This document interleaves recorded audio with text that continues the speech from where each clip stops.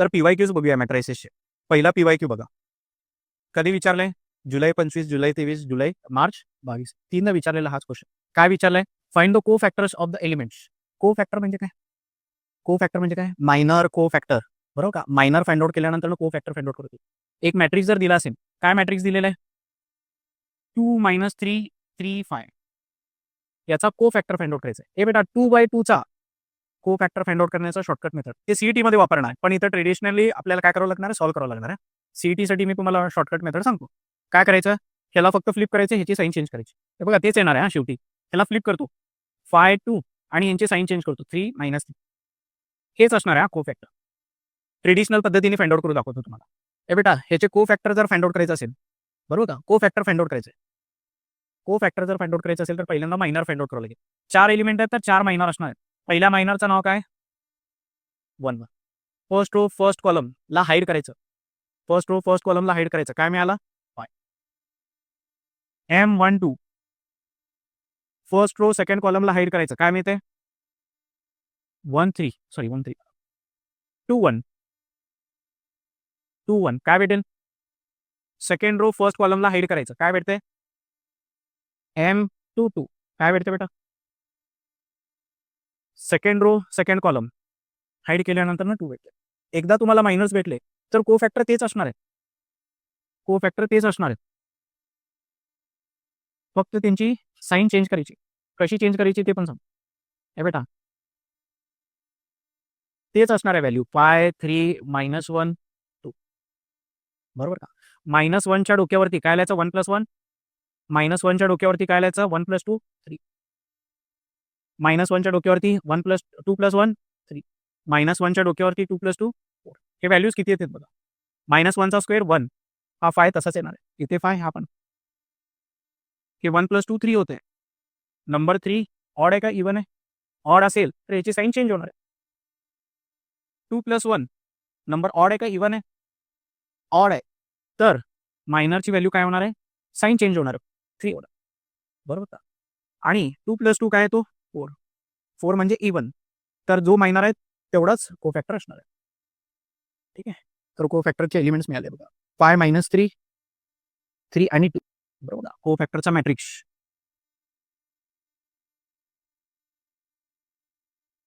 को-फॅक्टर of ए कसं लिहायचं? एका मॅट्रिक्समध्ये लिहू शकतो. 5 - 3 3 आणि ठीक असं सॉल्व्ह करायचं. बेटा ह्याच्या पुढचा स्टेप ॲडजॉइंट कसा फाइंड आउट करायचा? मायनर को-फॅक्टरचा मॅट्रिक्स याचा ट्रान्सपोज घेतल्यानंतर काय मिळतो? ॲडजॉइंट मिळतो. बरोबर का? ॲडजॉइंट ऑफ ए कसा भेटेल? किंवा शॉर्टमध्ये ॲडजॉइंट ए लिहिलं तरी चालतं. ॲडजॉइंट ए कसं लिहायचं? त्याचा ट्रान्सपोज घ्यायचा. 5 - 3 ला काय लिहायचं? 5 - 3 रोला कॉलममध्ये कन्वर्ट करायचं. 3 2 ला 3 हे ॲडजॉइंट ए. पुढच्या क्वेश्चनमध्ये ॲडजॉइंट विचारलंय बघा. तर काय करावं लागेल? पहिल्यांदा मायनर, त्याच्यानंतर ना को-फॅक्टरचा मॅट्रिक्स. मग त्याचा ट्रान्सपोज घेतल्यावर काय मिळणार आहे? हे फेब्रुवारी 25 ला मागच्या वर्षीच विचारले. हा ॲडजॉइंट ऑफ ए फाइंड आउट करायचं. ठीक आहे? पण इथं करता येणार नाही हा तसं. बोर्ड्समध्ये 2 मार्क मिळवायचे असेल तर सॉल्व्ह करावंच लागणार. सीईटीमध्ये त्याचा यूज आहे. Find the inverse. Inverse find out कसं करायचं? हे स्टेप आहेत. कुठल्या मेथडनी? रो ट्रान्सफॉर्मेशन मेथडनी सांगितलं. कुठल्या मेथडनी? रो ट्रान्सफॉर्मेशन मेथडनी. रो ट्रान्सफॉर्मेशन मेथडनी इन्व्हर्स कसा फाइंड आउट करायचं? मॅट्रिक्स काय दिलेला आहे? 2 - 3 -1 2. काय फाइंड आउट करायचं आपल्याला? इन्व्हर्स. रो ट्रान्सफॉर्मेशन मेथडने कसं फाइंड आउट करायचं? फॉर्म्युला काय आहे? A into a inverse is equal to identity matrix. हे युनिव्हर्सल फॉर्म्युला आहे. मॅट्रिक्सला त्याच्या इन्व्हर्सनी मल्टिप्लाय केलं तर काय मिळतो? Identity matrix. ठीक आहे बेटा. मॅट्रिक्स एक आहे 2 - 3 -1. ह्याला ए इन्व्हर्सनी मल्टिप्लाय करायचं. हे ए इन्व्हर्स तसंच लिहायचं इक्वल टू आयडेंटिटी मॅट्रिक्स 2/2 चा आयडेंटिटी मॅट्रिक्स 1 0 0. आता काय करायचंय? काय करायला सांगितलंय? Row transformation. रो ट्रान्सफॉर्मेशन कसं करायचं? इकडे 1 आणायचं, त्याच्यानंतर इकडे 0 आणायचं, इकडे 1 आणायचं, इकडे 0 आणायचं. ह्याला आयडेंटिटी मॅट्रिक्समध्ये कन्वर्ट करायचं. इकडे तुम्हाला इन्व्हर्स भेटतो. पहिल्यांदा इकडे 1 कसं आणू सांगा? या दोघांचं काय करायचं? ॲडिशन करतो. R1 ला चेंज करतो. कशामध्ये? R1 plus R2. बरोबर का? सेकंड रो मध्ये काय चेंजेस नाही आहे. फर्स्ट रो मध्ये काय चेंज करायचं आहे? या दोघांचं ऍडिशन करायचं. 2 प्लस मायनस 1 किती होते? 1. या दोघांचं ऍडिशन किती येते? या दोघांचं ऍडिशन मायनस हा A inverse is equal to हे बेटा सेकंड रो तसंच या दोघांचं एडिशन करून इकडे लिहायचं 1. या दोघांचं एडिशन करून इकडे लिहायचं. इथे 1 मिळाला. त्याच्यानंतर इकडे काय करायचंय? 0 आणायचं. कसं आणू 0?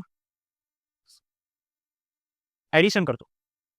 R2 प्लस R1 असं लिहिलं तरी चालेल किंवा इकडे सुरुवातीला R2 लिहून is transform into R2 plus R1 असं लिहिलं तरी चालेल. एवढंच पार्ट लिहिलं तरी चालेल.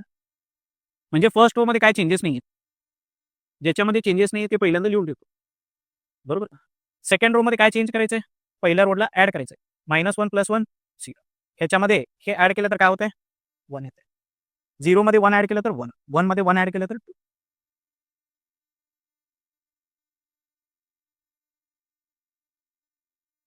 हे बेटा त्याच्यानंतर इथं 1 आला, इथे 0 आला, इथे 1 आला. आता इथं काय पाहिजे? 0 पाहिजे. कसं आणायचं 0 सांगा? R1 प्लस बरोबर. म्हणजे सेकंड रो मध्ये काय चेंजेस नाही. सेकंड रो पहिल्यांदा लिहायचं. मिस्टेक होऊ नये म्हणून काय करायचं? पहिल्यांदा सेकंड रो लिहून काढायची. फर्स्ट रो मध्ये चेंजेस करायचे. काय करायचं? फर्स्ट रो मध्ये सेकंड रोला ऍड करायचं. 0 प्लस 1 इज 1. -1 प्लस 1 किती होते? 0. 1 प्लस 1 2. 1 प्लस 2 3. तर ए इनवर्स काय मिळाला? हे तर आयडेंटिटी मॅट्रिक्स आहे. ए इनवर्स काय मिळाला? 2 3 1 2. इथं तसंच मिळालं का? 2 3 1 2 आलं. मागच्याच वर्षी विचारलं. जुलै 24 मध्ये विचारलं. सप्टेंबर 21 दोनदा विचारलं. रिपीटेडली विचारलेलं. ए मॅट्रिक्स दिलेलं आहे. ए इनवर्स फाइंड आउट करायचं. कुठल्या मेथडनी? एडजॉइंट मेथडनी. एडजॉइंट मेथडनी कसं फाइंड आउट करायचं? पहिल्यांदा मायनर, त्याच्यानंतर ना को फॅक्टर्स, त्याच्यानंतर को फॅक्टरचा मॅट्रिक्स, मग त्याचा ट्रान्सपोज घेतल्यानंतर ना एडजॉइंट ए मिळतो. मग एडजॉइंट ए ला काय करायचं? 1 upon determinant of a into adjoint A. सर्वात पहिल्यांदा जेव्हा जेव्हा इनवर्स फाइंड आउट करायला सांगतात तेव्हा काय करायचं? डिटर्मिनंटची व्हॅल्यू कॅल्क्युलेट करायची. पहिल्यांदा डिटर्मिनंटची व्हॅल्यू नॉन झिरो आली तरच ते इनवर्स एक्झिस्ट करतंय. बरोबर. पहिलं स्टेप तेच असायला पाहिजे. बरोबर. पण मोस्ट प्रॉबेबली 99.99% टाइम्स काय होणार आहे? ए इनवर्स कॅल्क्युलेट करा म्हणल्यानंतर ना ए इनवर्स एक्झिस्ट करतच असणार आहे. ठीक आहे. तरी सुद्धा ते करणं गरजेचं आहे. बरोबर का? मॅट्रिक्स दिल्यानंतर ना त्याचा डिटर्मिनंट फाइंड आउट करायचा आणि अल्टिमेटली आपल्याला डिटर्मिनंटची व्हॅल्यू लागणारच आहे फॉर्म्युलामध्ये. बरोबर का? एडजॉइंट मेथडमध्ये 1 upon determinant of a into adjoint A. बरोबर का नाही? लक्षात येते का? हे येते का? जमेल ना? त्याच्यानंतर ना काय फाइंड आउट करायचं? याचं हे इन्व्हर्टेबल आहे का? इनवर्स एक्झिस्ट करतो का? म्हणजे डिटर्मिनंटची व्हॅल्यू 0 येते का चेक करायचं. डिटर्मिनंटची व्हॅल्यू किती आली? 1 आली. म्हणजे इनवर्स एक्झिस्ट करते. 0 आलं तर इनवर्स एक्झिस्ट करत नाही. डिनॉमिनेटरला फॉर्म्युला लक्षात ठेवा. Adjoint a divided by determinant of a. डिनॉमिनेटरला 0 आलं तर इनवर्स एक्झिस्ट करत नाही. नॉट डिफाइंड असणार. डिटर्मिनंट ऑफ ए ची व्हॅल्यू 1 आली. हा नॉन सिंग्युलर मॅट्रिक्स आहे. म्हणजे काय आहे? मॅट्रिक्स इज इन्व्हर्टेबल म्हणायचं. बरोबर. काय म्हणलंय? Is a non singular matrix. म्हणजे ह्याचा इनवर्स एक्झिस्ट करतो. ऑलरेडी सांगितलंय डिटर्मिनंट चेक करायची गरज नाही. पुढे काय म्हणलं? Then find a inverse by elementary row transformation. Row transformation आता जसं आपण केलं. 3/3 चा असेल तर कसं करायचं? ए बेटा 3/3 चा असेल तर कसं करायचं? 3/3 चा असेल तर सिक्वेन्स कसं आहे बघा. पहिल्यांदा इथे 1 आणायचं. पहिला स्टेप. दुसरा स्टेप इकडे 0 आणायचं. तिसरा स्टेप इकडे 0 आणायचं. चौथा स्टेप इकडे मध्ये 1 आणायचं. पाचवा स्टेप इकडे 0 इकडे 0. पुढचा स्टेप इकडे 1 आणायचं. त्याच्यानंतर इकडे 0 इकडे 0 आणायचं. येते का लक्षात? रो ट्रान्सफॉर्मेशन करून कशाने तरी मल्टिप्लाय करून कशाने तरी डिवाइड करू काहीतरी करून इकडे 1 1 1 आणायचं, इकडे 0 0 0 आणायचं. मग काय होतंय? हे बेटा तो फॉर्म्युला सांगितलं तिकडे मी तुम्हाला. A into a inverse is equal to I. मग या बाजूला आयडेंटिटी मॅट्रिक्स मिळतो. बरोबर का? इथं आयडेंटिटी मॅट्रिक्स मिळतो आणि इथे इनवर्सची व्हॅल्यू मिळते. काय करायला सांगितलं? इनवर्स फाइंड आउट करायचं. याचं इनवर्स कुठल्या मेथडनी? मेथड काय सांगितलेलं? ठीक आहे. तर row transformation easy. Row transformation find out करू शकता. बरोबर. मायनर, को फॅक्टर, एडजॉइंट ए हे सगळं फाइंड आउट करायची गरज नाही. 4 मार्काचे क्वेश्चन, सेम टाईपचे क्वेश्चन आहेत. हे बेटा तेच टाईपचे क्वेश्चन आहेत, थोडीशी लेंदी आहेत. पहिल्यांदा सिस्टम ऑफ इक्वेशन तयार करावं लागेल. सांगतो तुम्हाला, नीट लक्ष द्या. हे बेटा the sum of 3 numbers, 3 number माहिती नाही आहेत, बरोबर का. Find the numbers using matrix. 3 number unknown असणार. एकाला काय म्हणायचं एक्स, एकाला म्हणायचं वाय, तिसऱ्याला काय म्हणायचं झेड. एक्स, वाय आणि झेड हे 3 नंबर्स अननोन आहेत. त्याची पहिली कंडिशन, पहिल्या कंडिशनवरनं पहिला इक्वेशन मिळणार. The sum of 3 number is 2, म्हणजे x plus y plus z किती असणार आहे, हे तुमचा पहिला इक्वेशन.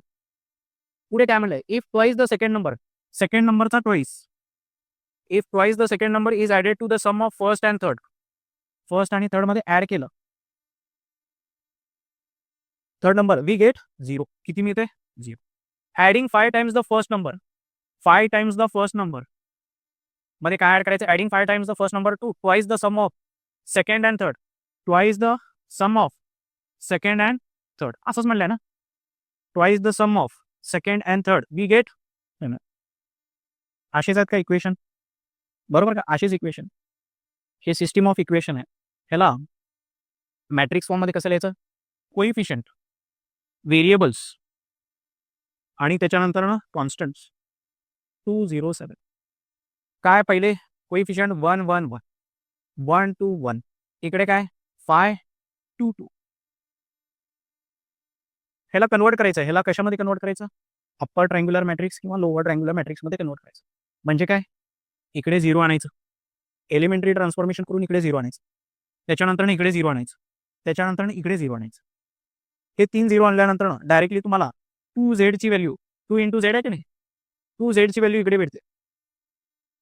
मग त्याच्यानंतर 2y प्लस 1z, झेडची व्हॅल्यू माहिती आहे, त्याच्यावर y ची व्हॅल्यू मिळते. इथे 1y प्लस 1z, y आणि z ची व्हॅल्यू माहिती आहे, x ची व्हॅल्यू तुम्हाला मिळते. बरोबर, तसं केलं बघा. एकदा लोअर ट्रायंग्युलर अप्पर ट्रायंग्युलर मॅट्रिक्समध्ये कन्वर्ट केलं. कशामध्ये कन्वर्ट केलंय, अप्पर ट्रायंग्युलर मॅट्रिक्स. अप्पर ट्रायंग्युलरमध्ये एलिमेंट एक्झिस्ट करतात, बरोबर का. वरच्या ट्रायंगलमध्ये एलिमेंट एक्झिस्ट करतात, खाली 0 आहेत. तर -3z ची व्हॅल्यू किती आहे, -3z ची व्हॅल्यू -9. तर z ची व्हॅल्यू किती असणार आहे, 3 असणार आहे, बरोबर का. z ची व्हॅल्यू किती असणार आहे, 3. ही z ची व्हॅल्यू कुठे टाकायची, या इक्वेशनमध्ये. y ची व्हॅल्यू पण मिळते बघा, y ची व्हॅल्यू डायरेक्टली मिळाली -2. आणि ते पहिल्या इक्वेशनमध्ये टाकल्यानंतर काय मिळते, y ची व्हॅल्यू, z ची व्हॅल्यू टाकल्यानंतर x ची व्हॅल्यू. मागच्या वर्षीच विचारलेला क्वेश्चन आहे, काय, find the inverse of by elementary row transformation. Row transformation मेथडनी इनव्हर्स कसा फाइंड आउट करायचं. फॉर्म्युला काय आहे, general formula a into a inverse is equal to I. हा मॅट्रिक्स दिलेला आहे, इनव्हर्स फाइंड आउट करायचं, ह्याला आयडेंटिटी मॅट्रिक्समध्ये कन्वर्ट करायचं. हा ए इनव्हर्स तसाच राहतो, इथे तुम्हाला मिळतो बी मॅट्रिक्स, हाच इनव्हर्स असतो. ठीक आहे. Solve the following system of equation. 3 equation दिलेले, बरोबर का. मॅट्रिक्स फॉर्ममध्ये लिहायचं, अप्पर ट्रायंग्युलर किंवा लोअर ट्रायंग्युलर मॅट्रिक्समध्ये कन्वर्ट करायचं, एक्स वाय झेडची व्हॅल्यू फाइंड आउट करायची. Solve the following system of equation. तेच क्वेश्चन्स आहेत बघा, 4-4 मार्काला क्वेश्चन आहेत, फुकटचे आहेत. 1-2 जरी क्वेश्चन तुम्ही एक्झामच्या आदल्या दिवशी सॉल्व केलात तर तुम्हाला सॉल्व करता येणार आहे कुठलाही क्वेश्चन.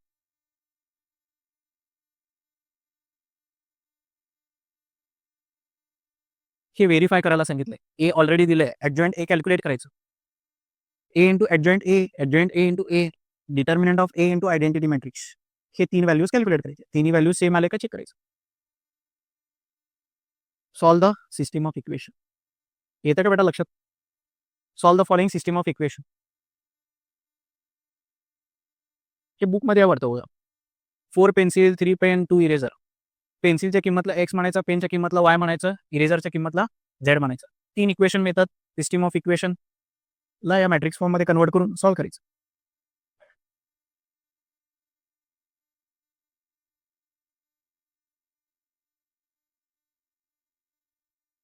यांनी ॲडजॉइंट मेथडनी फाइंड आउट करा म्हणलंय का, काय म्हणलेलं नाही, म्हणलंय का इन्व्हर्जन मेथड.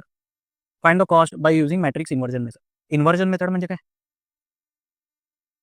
तो जो ॲडजॉइंट मेथड होता, बरोबर का, त्याला इन्व्हर्जन मेथड म्हणायचं. काय म्हणायचं त्याला, 2 टाईप होते की नाही ॲप्लिकेशन ऑफ मॅट्रायसिसमध्ये.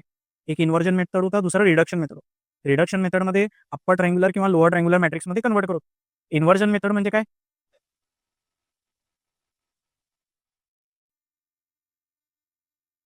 काय होता फॉर्म्युला? ए बेटा, ए x is equal to be या फॉर्ममध्ये मॅट्रिक्स फॉर्ममध्ये येतो. दोन्हीकडे काय करायचं? ए इनवर्सने मल्टिप्लाय करायचं. ह्याला पण ए इनवर्सने मल्टिप्लाय करायचं, ह्याला पण ए इनवर्सने मल्टिप्लाय करायचं. इथं सुरुवातीला येणार ए इनवर्स, चुकून इकडे करू नका. इथे पहिला आला तर इकडे पण पहिलाच येणार. तर हे ए इनवर्स कसा फाइंड आउट करायचा?